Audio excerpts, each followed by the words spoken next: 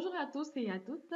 Heureuse de vous présenter le second module de notre série de formation sur PFSINS qui va aboutir à la configuration des paramètres de base de cet équipement. Tout au long de cette formation, nous répondrons à la question comment sécuriser son accès Internet via PFSINS gratuitement. Gratuitement tout simplement parce que PFSINS est en fait un routeur pare-feu open source. Donc ici, à la fin de cette vidéo, vous serez capable de paramétrer PFSINS comme étant la passerelle de tous vos postes clients présents dans votre réseau LAN. Donc pour débuter cette formation, nous allons partir d'un schéma que je qualifierai en fait de schéma classique qui présente en fait l'interconnexion à Internet. Donc, c'est-à-dire que je vais essayer d'expliquer brièvement le processus de connexion d'un réseau LAN au réseau Internet.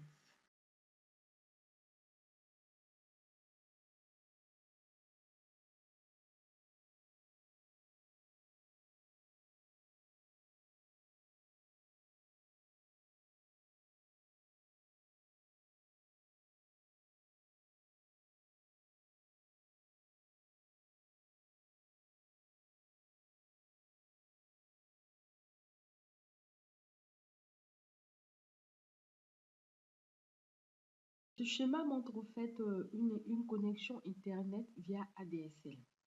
Donc, c'est pourquoi vous remarquerez la présence au fait des routeurs ADSL sur notre schéma. Donc, comme on le sait, le rôle principal au fait d'un routeur, c'est d'interconnecter des réseaux différents. Donc ici, notre routeur va nous permettre d'interconnecter le réseau 192.168.1.0 au réseau Internet. Donc, on peut remarquer ici que notre routeur ADSL a deux interfaces, une interface WAN et une interface LAN.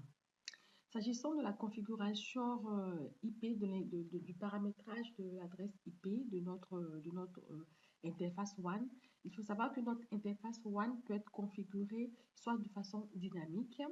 Dans ce cas, notre pare-feu devient client DHCP, ou soit de façon statique. Idem pour l'interface LAN également, qui peut être configurée de façon soit dynamique, soit statique.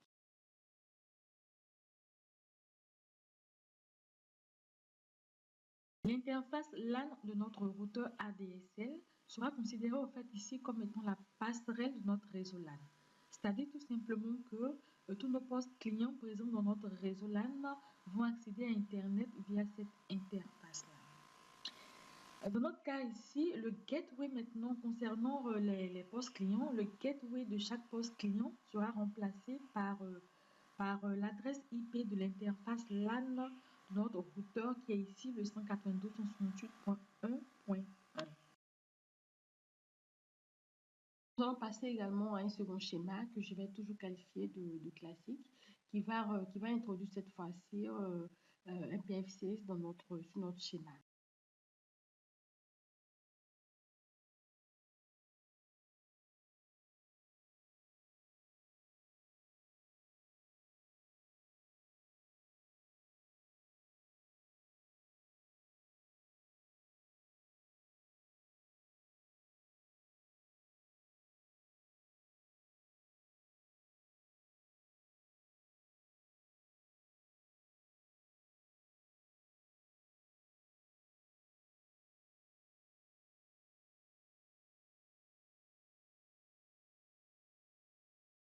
Ok, donc comme je le disais, là nous avons cette fois-ci un schéma très classique avec un PF6. Et pour cet exemple, nous avons décidé de positionner notre PF6 juste après le routeur ADSL. Voilà. Donc, comme tout à l'heure, notre routeur ADSL, comme je l'ai dit, dispose de deux interfaces, une interface WAN et une interface LAN. Ici, par exemple, j'ai donné l'adresse IP, le 10.100.50.1, l'adresse IP de la carte LAN, en fait, de l'interface LAN de mon routeur ADSL. Et également, mon routeur PF6, mon routeur pare-feu PF6 dispose ici, pour cet exemple, de deux interfaces. Donc, nous avons ici une interface WAN dont l'adresse IP est 10.100.50.15. Une autre interface LAN qui est reliée au réseau LAN et qui dispose d'une adresse IP 192.168.1.1. Par défaut sur pfSense, l'interface WAN est configurée en DHCP. Voilà, et quand je dis DHCP, c'est-à-dire que notre routeur ADSL va lui fournir des adresses IP de façon dynamique. Et par défaut, l'interface LAN est configurée en statique. Elle est configurée en statique.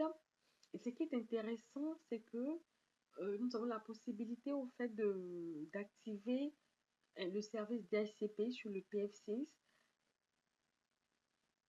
plus précisément sur l'interface LAN. Donc, par défaut, l'interface LAN est en statique.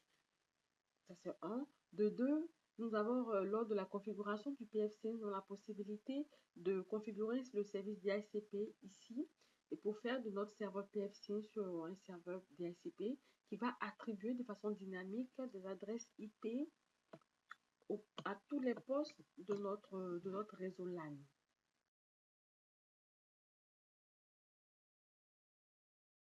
Tout à l'heure, qu'on a vu dans le schéma, on a vu que les postes clients, en fait, pour accéder à Internet, devaient avoir comme passerelle l'adresse IP de notre routeur ADSL. Cette fois-ci, pour ce cas de figure, la passerelle, au fait, de chaque poste client sera tout simplement l'adresse IP de l'interface LAN de notre pfSense. Voilà.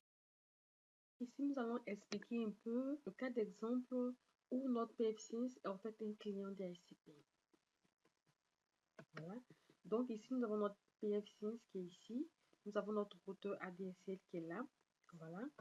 Ici, par exemple, l'adresse IP sera 10.100.50.1 par exemple.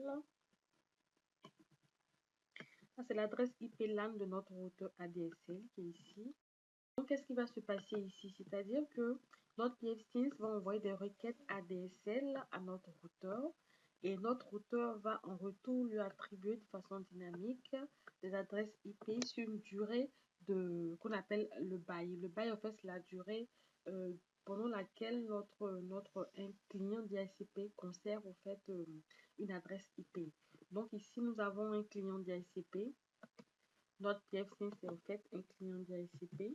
Et ici, nous avons l'interface LAN. Voilà. Donc, un exemple de paramètre qui sera en fait fourni à notre pfSense en tant que client DHCP en provenance du routeur. Donc, un exemple, il va par exemple choisir une plage d'adresse IP qui sera le 10.100.50.1, bon, pas 1, de 2 vers de 10.100.50.2 au 10.100.50. Par exemple, point 100. Voilà. Donc, le gateway sera 10.100.50.1 qui est en fait cette adresse-là.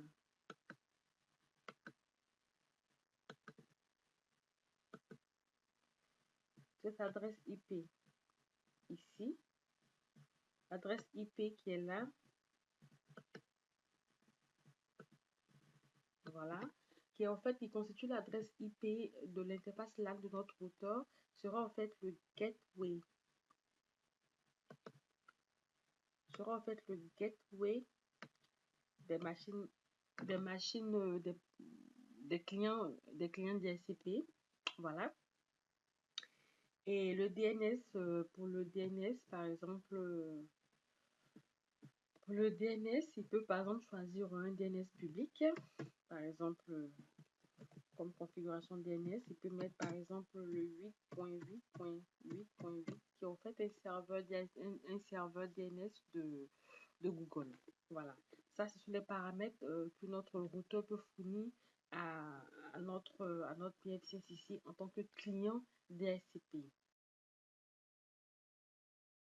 Ici, nous avons cette fois-ci le LAN, l'interface LAN, l'adresse IP. L'adresse IP sera fonction du réseau de l'adresse IP de notre réseau LAN. Ici, j'ai pris le 192.168.1.0. Donc, je vais lui attribuer une adresse IP, celle-là comme adresse IP. Voilà. OK. Et comme j'ai dit, je vais configurer le service DHCP sur mon PF6 afin qu'il puisse attribuer des adresses IP de façon dynamique à chaque poste, chaque poste client de notre réseau LAN. Les paramètres de base au fait cette fois-ci du service DHCP que je vais configurer sur les PF6. La plage, je vais par exemple choisir 192.168.1.10.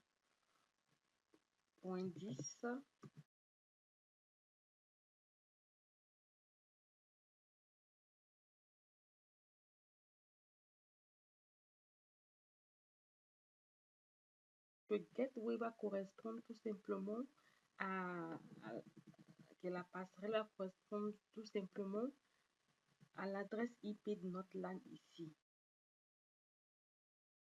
Quant au gateway de notre interface WAN, sera l'adresse IP. Donc ici, pour le service DHCP qui est ici, le gateway sera l'adresse IP de notre LAN.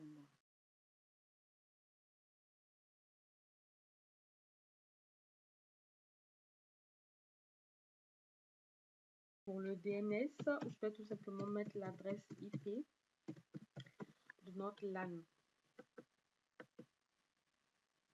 Le DNS aussi sera toujours cette adresse IP là. Voilà, que je mentionne en DNS. De sorte que les postes clients ici dans mon réseau, chaque poste présent dans mon réseau LAN puisse envoyer ses requêtes DNS au PF6 et que le PF6 soit chargé, lui, d'envoyer les requêtes DNS de chaque client au routeur ADSL. Voilà. Donc, le gateway de chaque poste client ici pour accéder à Internet, ce sera cette adresse-là. Et donc, la plage, elle est choisie de façon aléatoire.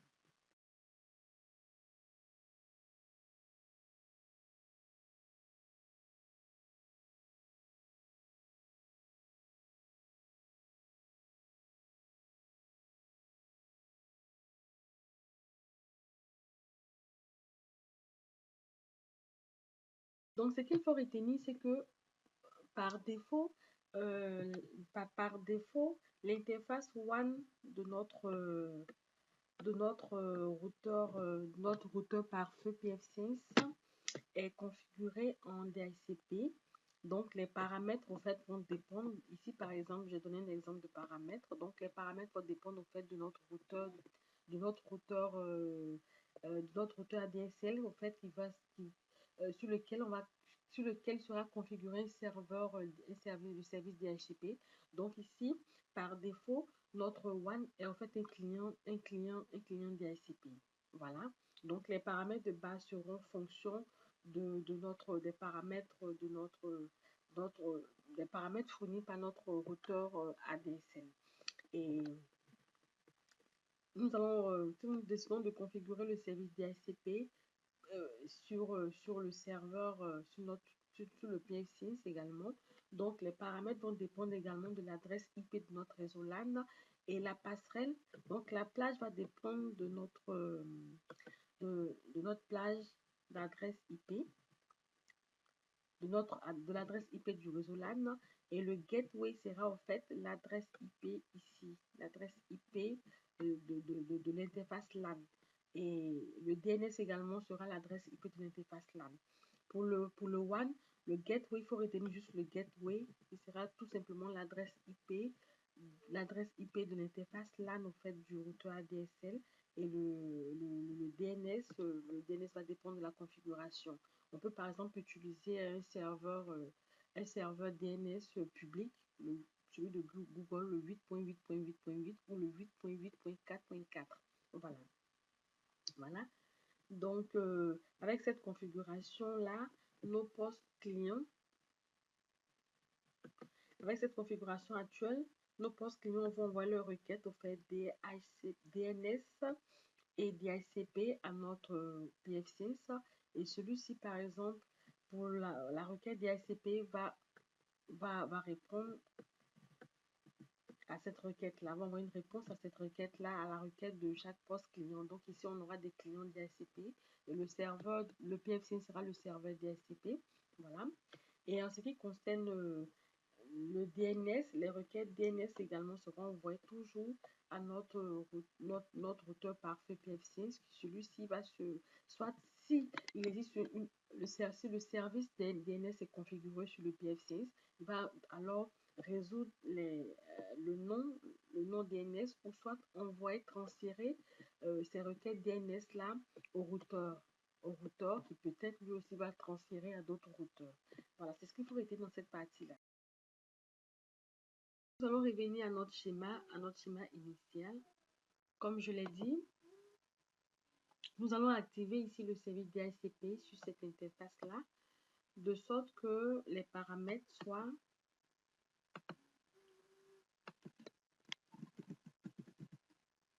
pour le service DHCP. Donc, les paramètres, je vais choisir une case d'adresse 192.168.1.10 à 192.168.1.20.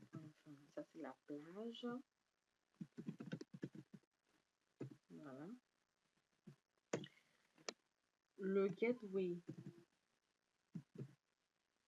sera 192.168.1.1.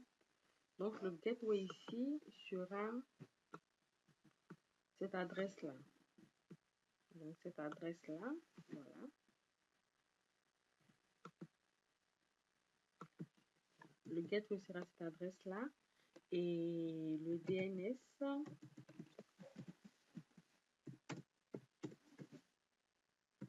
sera toujours la même adresse. L'adresse IP du LAN. Donc, cette adresse-là. Voilà. Donc, on va passer un peu à la pratique. On va voir un peu en vrai à quoi ça ressemble dans la vraie vie. Voilà, ici, je vous ai configuré deux routeurs. Je vais d'abord commencer par vous montrer rapidement la configuration sur le VMware Workstation. Donc ici, moi, j'ai créé deux machines. J'ai créé un serveur, le serveur PFSINS. Je l'ai installé sur une des machines. Et j'ai installé également un Ubuntu, le Ubuntu 16.0, je crois le 16.04. Voilà, la version 16.04 sur une machine comme client. Et ici, j'ai installé le PFSINS version 2.4.3. Voilà. Donc, pour ce qui est de la configuration du le VMware Workstation, j'ai pris tout simplement deux cartes. La première carte ici, c'est la carte One. Je lui ai attribué une carte réseau de type bridge. J'ai choisi le bridge tout simplement parce que je souhaiterais que ce soit mon routeur en fait ADSL, mon routeur ici, qui attribue de façon dynamique une adresse IP à ma machine PFSINS. Voilà. Donc, c'est pourquoi j'ai opté pour le bridge. Sinon, j'avais la possibilité d'opter pour la NAT également. La NAT, ça fonctionne très bien. Si je mets cette carte en NAT, ça fonctionne. Comme en bridge également, ça fonctionne. Donc, en bridge, vous allez voir la différence. Ici, par exemple, rapidement, on voit là, cette adresse IP. Pour le WAN, comme je l'ai dit, il est... Bon, là, j'ai deux cartes réseau. J'ai le WAN et j'ai le LAN. Le WAN, ici, il est en DHCP. Et on voit qu'il est une adresse IP 192.168.43.118. Cette adresse IP, en fait, est la même que celle attribuée à ma machine ici. Donc, j'ai fait, en choisissant le bridge, le mode bridge, j'ai fait en sorte que ma machine présente ma machine physique, ma machine physique et mon PFC sont en fait dans le même réseau. Donc ici, le 192.168.43.0 et qu'ils soient tous en DHCP. Donc ici, c'est le routeur qui fournit en fait de façon dynamique des adresses IP, non seulement à ma machine physique, mais également à ma machine PFC. Mais j'avais la possibilité d'opter pour une interface en NAT. Voilà, c'était possible. Et pour l'interface LAN, j'ai choisi juste un réseau, le host only, c'est-à-dire un réseau privé entre mes machines virtuelles. Donc, ma machine cliente sera en host only également. Voilà. Donc ici, comme je l'ai dit, j'ai deux interfaces, le WAN et le LAN. Le WAN ici, on me mentionne qu'il est en DHCP et cette adresse IP-là est fournie dynamiquement par mon routeur. Et j'ai mis le 1.1 comme adresse IP. Donc le LAN ici il est en statique et j'ai mis cette adresse-là. Donc ici, je vous informe que j'ai configuré un service DHCP sur l'interface LAN afin de fournir de façon dynamique des adresses IP à chaque poste client de mon réseau LAN. Je vais vous montrer un peu comment je configure tout ça. Je vais prendre un exemple, je vais supprimer cette adresse IP-là et je vais la reconfigurer Donc pour cela, je vais choisir l'option 2. Le 2 également pour dire que je souhaiterais configurer mon interface LAN. Pour l'adresse IP, je ne mettrai rien. Je mets rien. Voilà. J'ai perdu l'adresse IP. L'adresse IP WAN, c'est pas grave. Donc, je vais configurer ici l'interface LAN. Je vais donc mettre l'option 2 pour choisir celle-là. Voilà, l'option 2. L'option 2 également parce que c'est le LAN que je veux configurer ici. Je vais rentrer l'adresse IP statique de mon interface LAN 292.268.268.1. Ici, on me demande bon ça c'est juste le masque, je vais prendre le 24. Et ici, ce qui est intéressant, on me dit for a win, enter the new LAN IPv4 upstream gateway address, c'est-à-dire que de faire rentrer pour l'interface WAN, de faire rentrer la passerelle par la suite, je dois faire rentrer la passerelle de mon interface WAN. Maintenant, on me dit for a LAN, press enter for none, c'est-à-dire ici cette fois-ci je veux faire rentrer la passerelle de mon interface LAN. Maintenant, si j'ai pas de passerelle pour l'interface LAN, comme dans mon cas ici, j'ai pas de passerelle là, donc je vais mettre juste entrée. C'est-à-dire ici, si j'avais un autre routeur là, l'interface LAN allait avoir une passerelle. Mais ici, j'ai juste un switch qui est un équipement de niveau 2, donc j'ai pas de passerelle LAN. Et ici, contrairement ici, il faudrait par la suite configurer l'interface WAN, la passerelle de l'interface WAN, qui sera l'adresse IP de mon routeur ici. Voilà. Donc ici, je n'en ai pas, donc je mets entrée. Et on me dit pour l'IPv6, je n'en ai pas besoin. On me demande maintenant, do you want to enable the DHCP server online? Yes or no? C'est-à-dire ici, si je souhaiterais configurer le serveur DHCP ici sur l'interface LAN afin d'attribuer des adresses IP de façon dynamique à mes postes clients de mon réseau LAN. Ici, je vais mettre yes. Voilà, donc c'est mon cas. Et on me demande ici de faire entrer la première pour la place d'adresse IP, de faire entrer la première adresse IP. Donc, j'ai pris le 192.168.1.10 et l'adresse finale, ce sera le 192.168.1.20. Comme ici. Comme ici. Voilà. Je suis sur cet exemple-là. Voilà.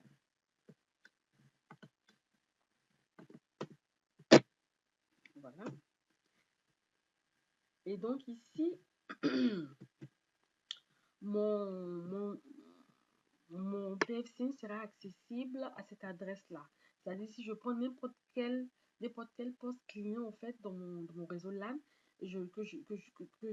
j'écris dans le navigateur 192.168.1.1 qui est l'adresse IP de mon interface LAN, automatiquement il pourra se connecter à mon PFSIM.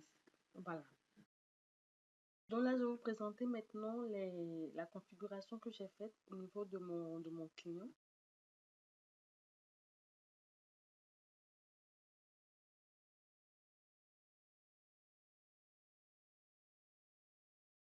Donc, quand je fais ifconfig,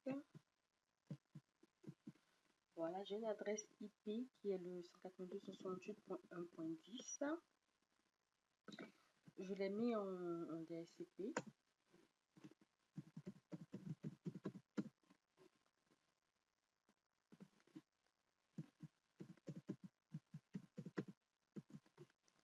Voilà, mon client en DHCP. Voilà. Et qu'est-ce que j'ai fait ici? On va voir un peu les configurations, les paramètres Ici, voilà l'adresse IP de ce poste, de ce client. Voilà le broadcast, le masque, et puis voilà, au fait, la passerelle par défaut, qui est le 192.168.1.1, et puis le DNS également, le voici. Voilà. Donc après tout ça, nous allons passer maintenant à un deuxième paramètre par défaut qu'on peut configurer. C'est en fait le DNS. Voilà. Donc on va passer maintenant au DNS. Donc j'ai déjà configuré en fait premier service par défaut qui est le service DHCP que j'ai décidé en fait de configurer sur mon interface LAN. Cette fois-ci, je vais configurer maintenant, passer au paramétrage du service DNS. Je vais expliquer un peu comment va fonctionner les requêtes DNS. Donc, par exemple, pour ce poste client, s'il souhaite aller sur google.com, voilà, donc d'après la configuration que je viens de faire, ce poste va envoyer une première requête d'abord au fichier host. Le fichier host, au fait, c'est un fichier qui est présent sur tous les systèmes d'exploitation et qui va permettre de faire qui va permettre au fait de résoudre les noms en adresse IP. C'est le premier fichier qui est interrogé lorsque le poste souhaite faire une requête, souhaite envoyer une requête DNS, voilà, une résolution de nom en adresse DNS, en adresse IP, pardon. Bon, j'ai une formation sur ça où j'explique beaucoup plus en détail. La formation sur le BIM qui explique beaucoup plus en détail le fichier DNS, le fichier host. Donc, ce poste client va envoyer la requête DNS à mon PF5 parce que j'ai mis ici DNS. Ici, j'ai mis l'adresse IP de mon PF6. Donc, je vais configurer le PF5 de sorte que lorsque le PF5 reçoit les requêtes DNS de chaque poste client, qu'il puisse au fait les orienter, les transférer vers quoi? Vers le routeur. Vers le routeur ADSL. Voilà, qui puisse transférer toutes ces requêtes ADSL, toutes ces requêtes DNS vers un routeur. Donc, je ne vais pas configurer en fait le service DNS proprement dit sur PF5, mais je vais configurer un service de telle sorte que lorsqu'il reçoit des requêtes DNS, il puisse les transférer en fait à mon routeur ou à d'autres serveurs DNS publics tels que celui de Google.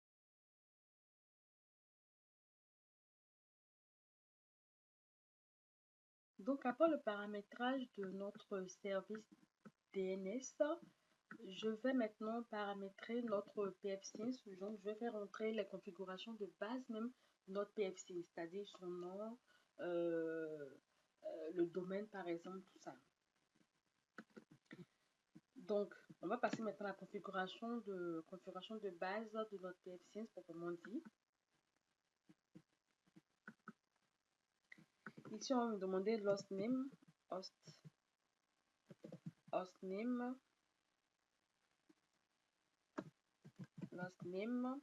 je vais l'appeler PF6, voilà. Le domaine sera le domaine itforall.it, voilà.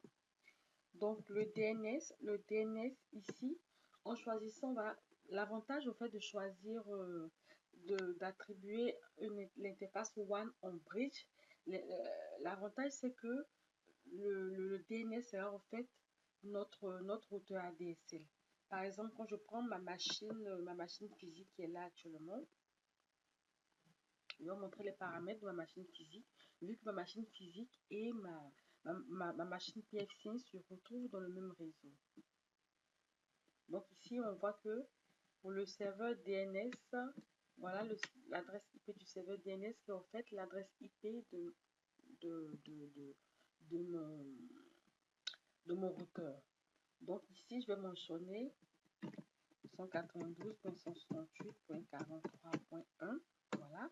Je vais également mentionner 8.8.8.8 et le 8.8.8.4.4.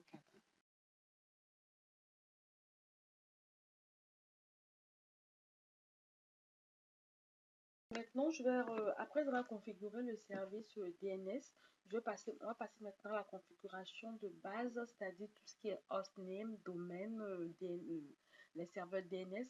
On va passer maintenant à la configuration de notre PFSync, donc les configurations de base. Donc, pour le hostname, je vais mettre PF, mais PFSync simplement, PFSync, ça c'est pas grave. Pour le domaine, je vais mettre itforall.it, ça dépend du domaine concerné. Ici, c'est le domaine itforall.it. Pour le DNS, je vais mettre 192.168.43.1 qui est en fait l'adresse, qui est en fait le LAN de la carte LAN de mon routeur ADSL, parce que c'est l'avantage, c'est l'un des avantages en fait de mettre la carte WAN en bridge. Voilà, en mettant la carte WAN en bridge, donc mon poste physique et mon routeur PF-Sync seront dans le même réseau. Et donc, quand je vais regarder ici les paramètres de ma machine physique, on va voir ici que le DNS, ils ont mis le 192.168.43.1. Donc, je vais utiliser également parce que les deux sont dans le même réseau. Et puis, je vais rajouter à cela le 8.8.8.8 et le 8.8.4.4. Voilà. Donc, ici, pour le gateway, j'ai oublié le gateway. Le gateway ici, ce sera toujours le 192.168.43.1. Bon, pour ces deux éléments-là, je vais me baser sur les informations fournies par mon routeur ADSL à mon, poste physique. Voilà. Sinon, que si j'avais mis par exemple la 4 WAN en NAT, j'allais donc mettre cette adresse IP qui est là. Et puis pour le DNS, j'allais choisir même des serveurs DNS. Voilà. Donc, on va passer maintenant à la configuration sur le serveur. Donc, on va se connecter maintenant depuis notre client à notre PF6.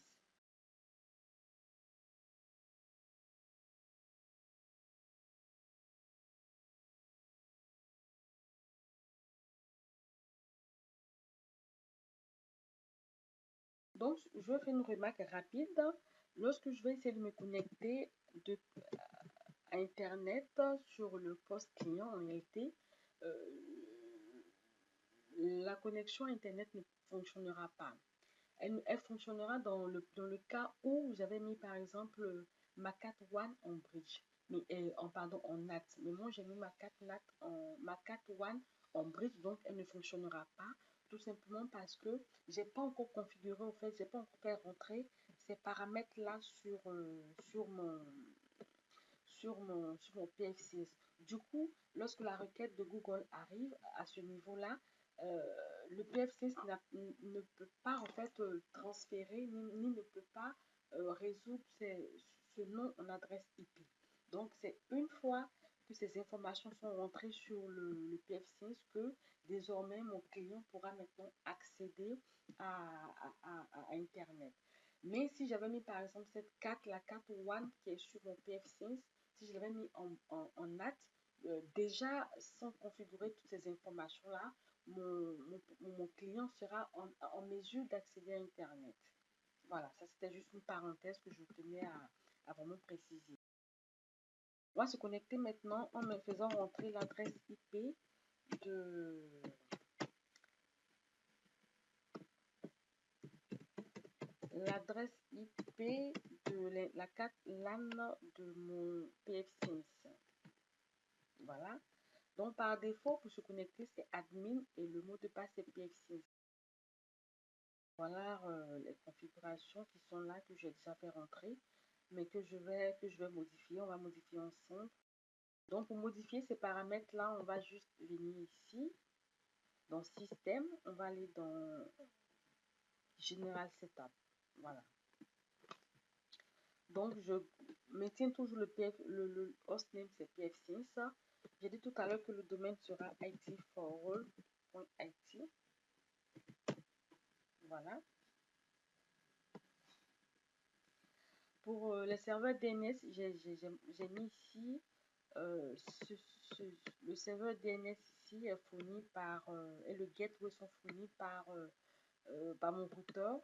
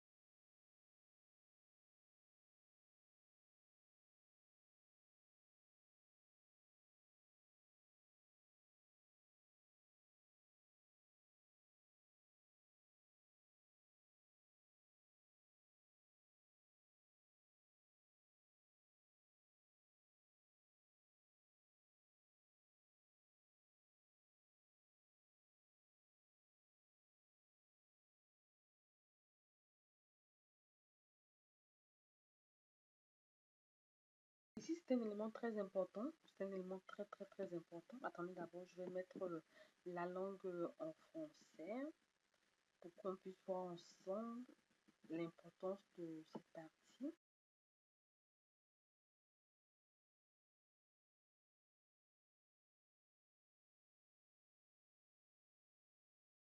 Je vais revenir sur ces mêmes paramètres-là. Vous allez voir un peu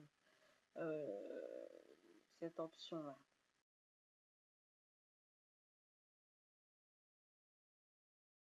Quand je reviens ici en français, j'ai toujours pfSense, que le nom, le domaine c'est itforall. J'ai mes différents serveurs DNS qui sont là. Et ici, on me demande en fait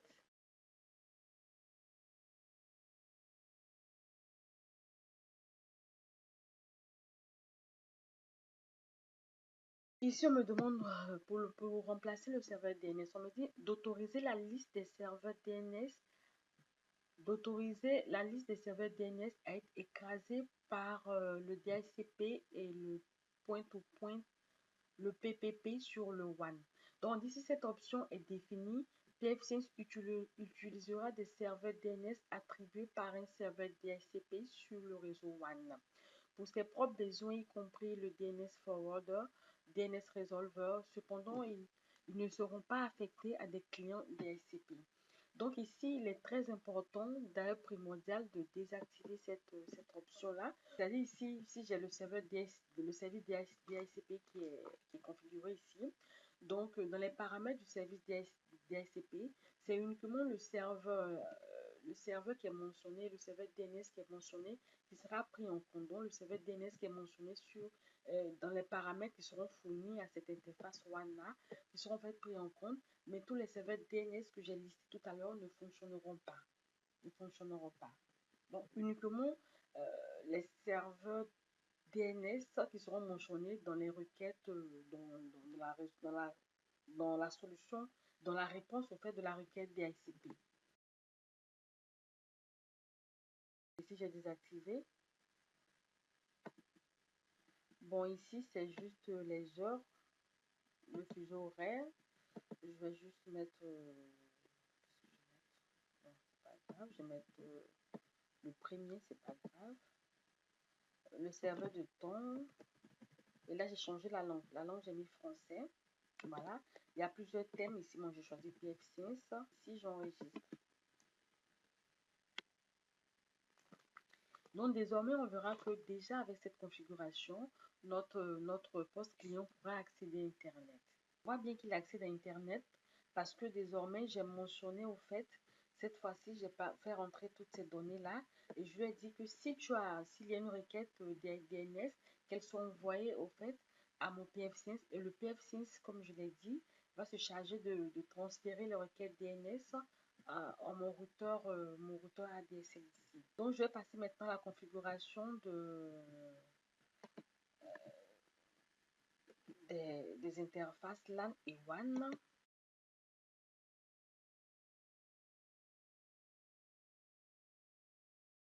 Donc, moi, j'ai décidé de laisser, bon, le nom, ce sera l'interface One, c'est la description. Ici, il faut activer l'interface.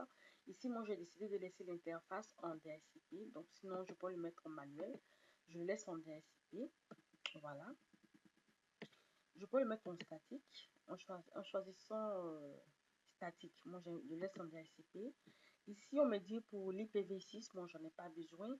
Ici, je peux mentionner l'adresse MAC, j'en ai pas besoin toujours.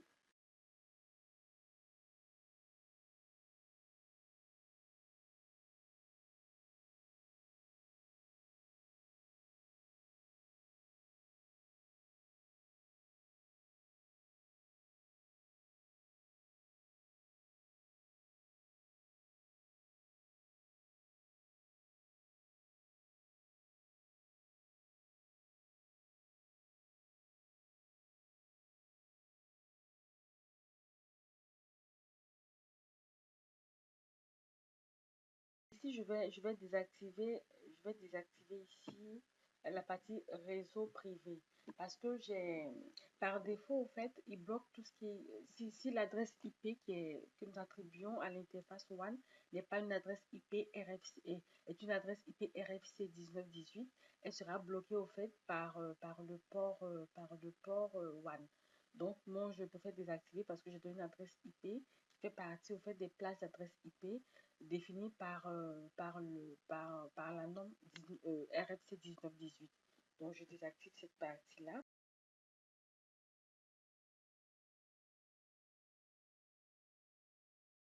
Ensuite, je vais configurer le LAN.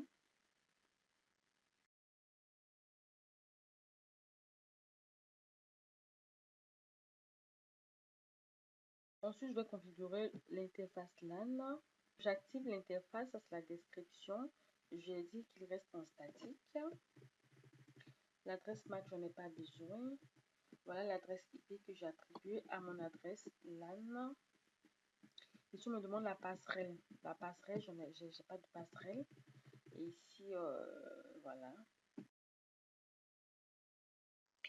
J'ai oublié de vous montrer quelque chose de très important lors de la configuration en fait de, de l'interface WAN. Ici, par exemple, j'ai activé,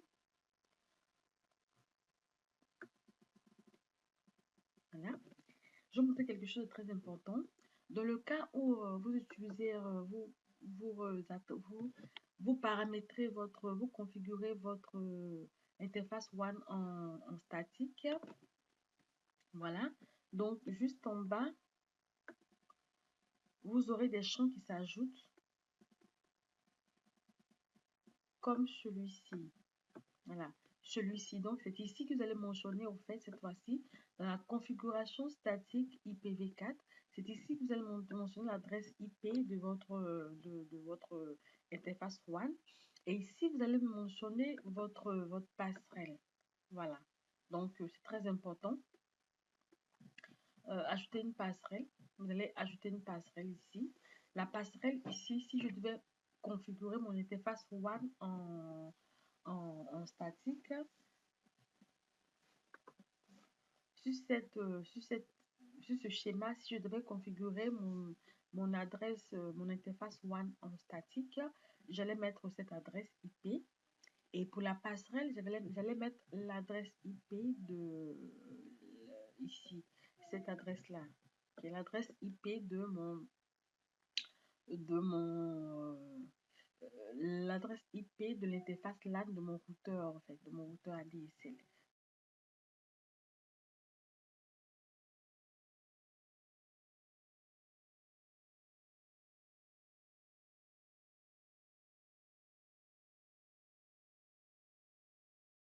Donc, on va maintenant configurer un élément très, très, très important, c'est-à-dire l'interface, la passerelle, pardon. La passerelle, pour configurer la passerelle, on vient dans système et on va dans routage. Donc, lorsque je configure le PFC, j'ai fait rentrer toutes ces informations-là en mentionnant le gateway de l'interface WAN. Du coup, ça a été pris en compte. Et donc, quand on va dans la partie routage et qu'on vient dans la passerelle, nous allons remarquer qu'il y a déjà une passerelle qui existe là. Donc, cette passerelle, comme je l'ai dit, elle sera tout simplement cette adresse IP là. Et pour moi, c'est encore plus facile pour moi, vu que mon PF6 et ma machine physique sont dans le même réseau. Donc, quand je regarde ici les informations, je vois que c'est le 143, 192.168.43.1 qui est en fait le gateway. Si je devais rajouter, si j'avais fait une erreur ou quoi que ce soit, c'est si j'allais modifier, j'allais ajouter une nouvelle interface ou pas. Maintenant, pour les routes statiques, comme on le sait, les routes statiques permettent d'accéder à un équipement spécifique ou à un réseau. Donc, voilà.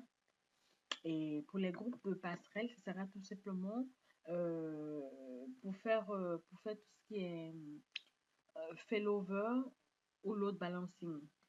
Pour faire tout ce qui est load balancing. Donc là, on aura, si on a par exemple deux passerelles, on crée en fait un groupe de passerelles à partir d'au moins de deux passerelles. Donc, si on avait deux passerelles ici, on pourrait créer un groupe de passerelles qui sera utilisé dans le cadre, je crois, du load balancing. Voilà. Donc, maintenant, on va passer maintenant au service DHCP.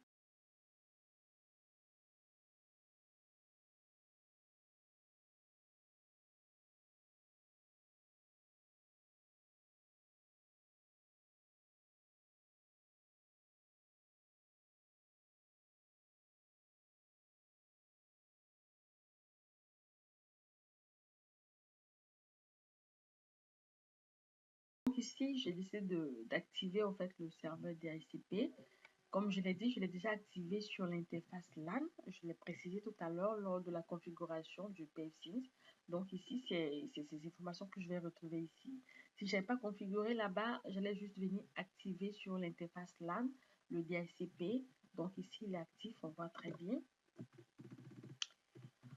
Voilà, donc j'allais faire entrer ici le sous-réseau. Ici, c'est 192.168.1.0. J'ai le masque ici. J'ai la plage que j'ai déjà précisée, si vous avez bien suivi. Non, ça, c'est la plage disponible, pardon. Et j'ai précisé la plage, voilà, du 10, de 10 à du 1.10 à 1.20. Voilà.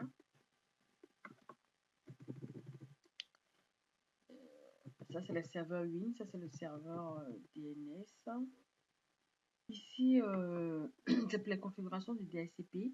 Donc, ici, voilà les configurations du DHCP que je vais faire entrer. Pour le DNS, j'ai décidé de mettre 192.168.1.1. Voilà, ça c'est le serveur DNS qui sera attribué à tous mes postes clients. Et pour la passerelle, j'ai décidé d'attribuer toujours la même adresse. Voilà. Voilà donc pour les postes clients ici, c'est le serveur DNS qui est là que j'ai mentionné et pour comme passerelle, ce sera ça. Ce sont les informations qui seront attribuées de façon dynamique à chaque client ici. Et là, j'enregistre.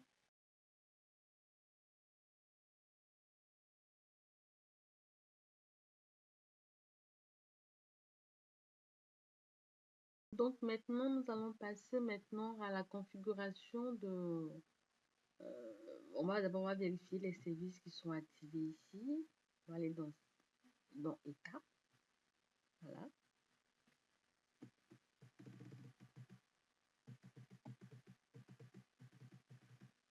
Voilà. Je vais désactiver certains services qui sont un peu inutiles.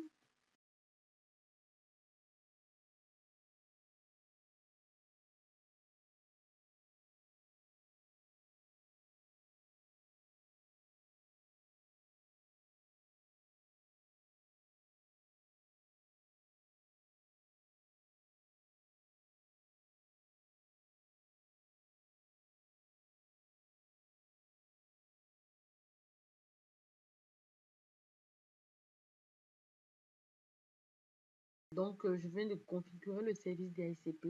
Il apparaît ici. Je vais maintenant passer au dernier service par défaut, le service DNS Forwarder. Voilà. Donc, il faut l'activer. Je vais l'activer. Bon, ici, je peux enregistrer les bails DHCP dans les transitaires DNS, les DHCP statiques, tout ça. Ce sont des informations complémentaires que je peux rajouter Mais pour l'heure, j'ai pas vraiment besoin de ça. Ce qui est important, c'est d'activer le service. Ici, le port, c'est le port 53. Et il écoute sur l'interface LAN.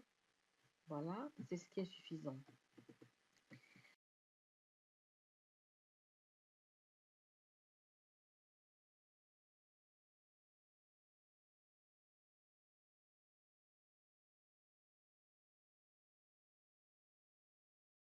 Les deux services DNS Forwarder et DNS Resolver écoutent sur le même port. Je vais vite montrer quelque chose. Voilà, il est activé.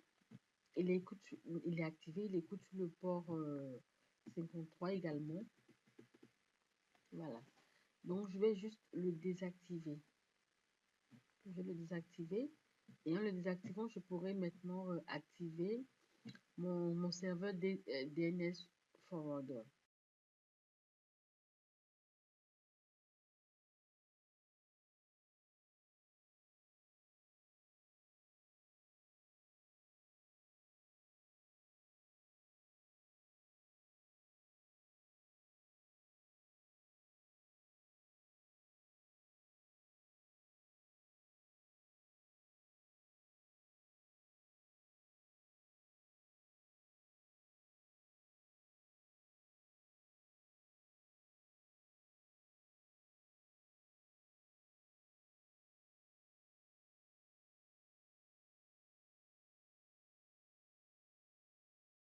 Le service, il est démarré. Donc, je vais expliquer un peu la notion de DNS Forwarder. Ici, par exemple, pour tout ce qui sera requête DNS, elles seront envoyées vers notre PF6. Et pour le DNS Forwarder, le DNS, par exemple pour google.com, le serveur, le PF6 va en fait transférer ces requêtes DNS-là vers un serveur DNS extérieur, en fait. Par exemple, ici, il va transférer ces requêtes DNS-là au routeur ADSL ou à des routeurs présents sur Internet, c'est-à-dire le 8.8.8.8 ou le 8.8.4.4. Voilà. Donc, il va juste transférer ces requêtes DNS-là. Maintenant, le PFC dispose, comme tout serveur DNS, d'un cache qui va le permettre de stocker, tout ce qui est requête récurrente. Donc ici aussi, on a remarqué que le DNS Forwarder et le DNS Resolver par défaut écoutaient sur le même port. Il a fallu désactiver le DNS Resolver pour pouvoir configurer, pour pouvoir activer au fait le DNS Forwarder. Voilà, pour pouvoir démarrer le service DNS Forwarder.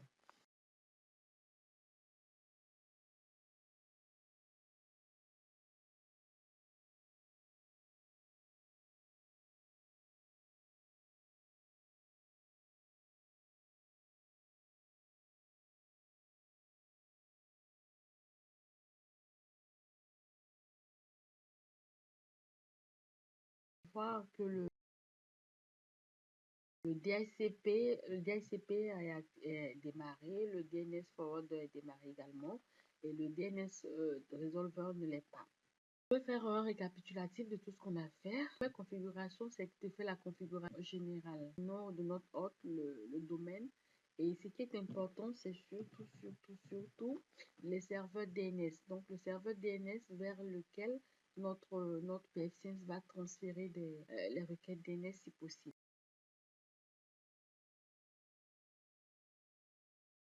Ensuite, j'ai configuré les interfaces. Mais avant de configurer les interfaces, je configure l'interface One. Ici, un élément très important, il fallait activer et ensuite choisir le type de configuration. Si c'est la configuration statique, deux champs vont s'ajouter. Ce sera le premier champ sera l'adresse IP de l'adresse IP. Je fais par exemple un exemple. Voilà, en faisant le statique ici, j'ai automatiquement deux champs qui s'ajoutent. ici. Donc ici, j'allais mentionner juste l'adresse IP l'adresse IP statique de mon interface WAN. Ici, j'allais mentionner une passerelle. J'allais ajouter une passerelle. J'allais ajouter une passerelle. Et pour ajouter cette passerelle-là, j'allais d'abord, avant même de configurer, avant même de configurer, vous faites l'interface WAN, j'allais venir d'abord créer des passerelles. Donc, j'allais créer les passerelles ici dans Général. Je vais dans Routage. J'allais d'abord créer mes passerelles ici en faisant ajouter. Voilà. J'allais j'allais préciser l'interface sur laquelle l'interface de cette passerelle. Ici, c'est le WAN. C'est le WAN ici, par exemple. Je peux créer des interfaces pour des passerelles pour l'interface WAN ou LAN. Ici, le WAN, donc la passerelle sera l'adresse IP qui est ici. Si j'avais ici un équipement de niveau 3, notre routeur ici, donc pour le LAN, j'allais créer une autre passerelle, une autre deuxième passerelle. J'allais créer une passerelle pour le LAN et cette passerelle sera cette adresse IP là. Je vais mettre la passerelle de cette, j'allais mettre la passerelle ici, le nom de la passerelle ici, l'adresse IP de cette passerelle-là. Dans mon cas ici, c'est 192.168.43.1. Donc, c'est ici que j'allais mentionner cette adresse IP, donc le nom de cette passerelle-là. Et automatiquement, cette passerelle-là allait au fait apparaître dans cette partie-là, dans la partie interface. Parce que c'est la passerelle de l'interface WAN. C'est une passerelle que j'ai créée sur l'interface, pour l'interface WAN. Configuration générale, c'est-à-dire la configuration générale de notre PF6, j'allais venir configurer la passerelle en deuxième point. En configurant la passerelle en deuxième point, cette passerelle allait apparaître en fait lors de la configuration soit de l'interface WAN ou l'interface LAN. Par exemple, si je vais choisir l'IPv4, l'adressage statique, pardon, si j'allais être emmené à mettre l'adresse IP de cette interface-là, et ici, la passerelle que j'ai ajoutée au fait lors de tout à l'heure dans la partie routage allait apparaître ici, et j'allais juste choisir cette passerelle et j'allais ensuite enregistrer. Voilà. Donc après la configuration de l'interface WAN, je vais configurer l'interface LAN, qui est la configuration très facile. Comme j'ai dit par défaut, elle est en statique, donc c'est très facile. Et après la configuration de l'interface LAN, je vais configurer cette fois-ci les services DHCP et par la suite le service DNS Forwarder.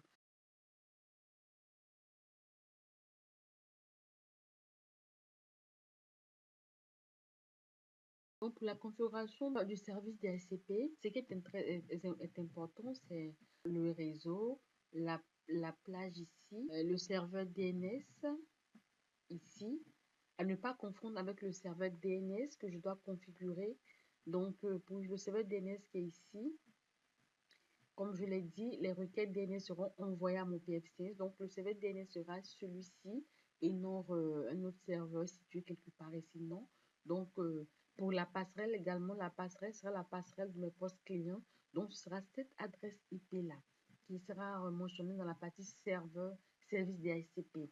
À ne pas confondre avec la passerelle que je peux configurer sur soit l'adresse soit l'interface WAN. Cette fois-ci, pour le serveur DNS, et pour le service DHCP, tout ce qui est serveur, DNS ou passerelle concerne les postes clients. Donc, ce sera l'adresse IP l'adresse IP de la carte réseau LAN de mon PF6. Passerelle que j'ai mise également. Voilà. Et ensuite, j'allais juste configurer le service DNS, le service DNS forwarder. Voilà. Et ici, ce qui est important, c'est juste de l'activer. Et ensuite, voilà, le port également, mentionner le port. Si le service DHCP Resolver est activé, il faut le désactiver pour que ça puisse fonctionner. Et il faut choisir l'interface. Ici, comme je l'ai dit, pour le DNS forwarder, c'est pour permettre au fait au poste client ici, présent dans mon réseau LAN, d'envoyer des requêtes, d'envoyer des requêtes au PFC. L'interface ici sera l'interface LAN et non l'interface WAN. Voilà. Donc, ainsi prend fait notre formation. J'ai été très heureuse de vous présenter cette formation. N'oubliez surtout pas de vous abonner. Pour les prochaines vidéos, nous allons voir comment filtrer au fait les paquets sur PF6. Également, nous allons voir comment configurer le service de certificat, comment sécuriser au fait notre PF6 en utilisant le service de certificat numérique. On va voir également comment reconfigurer tout ce qui est service VPN, failover, load balancing sur PF6. Et nous allons également, pour la partie filtrage, nous allons apprendre à bloquer au fait des services tels que les réseaux sociaux, par exemple. Donc, j'étais très heureuse de vous présenter cette formation. N'oubliez surtout pas d'aimer la vidéo, de la partager, de vous abonner surtout à notre chaîne YouTube. Merci beaucoup.